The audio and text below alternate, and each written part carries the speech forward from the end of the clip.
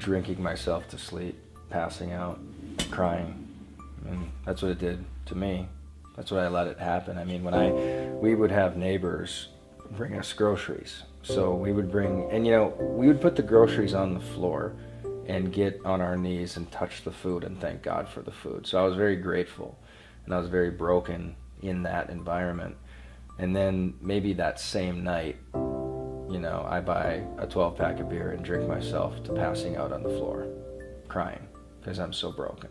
So it was a mixture of, faith and desperation and all these things. There was mornings I couldn't get out of bed, and my wife would just read books over me.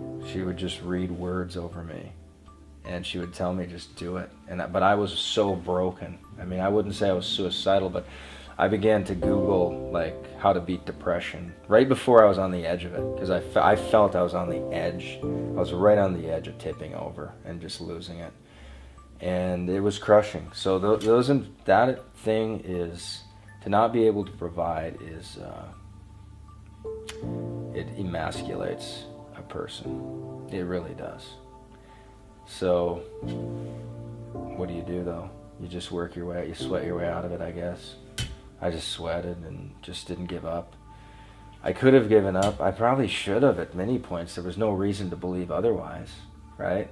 Talked to my friend one time, and he got up, and I was going through counseling. I was seeing a counselor for I just was so screwed up. I was so gone.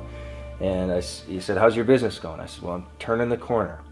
And after about a month, he said, he literally got up out of his desk, and he said, "It seems like to me, every week you're turning the corner." And he just started walking in circles. And you see, the sign was, that's what your business is. It's just walking in circles. There's a verse, I think it's in Malachi, where it says, if you bring the tithe into my storehouse, and it assumes integrity and hard work and 6 days and all this stuff, then I'll bring in so much blessing that I'll open the windows of heaven and bring in so much blessing you won't know where to put it. And it's this idea, and I would visualize all this wealth coming into my account. The federal government had a limit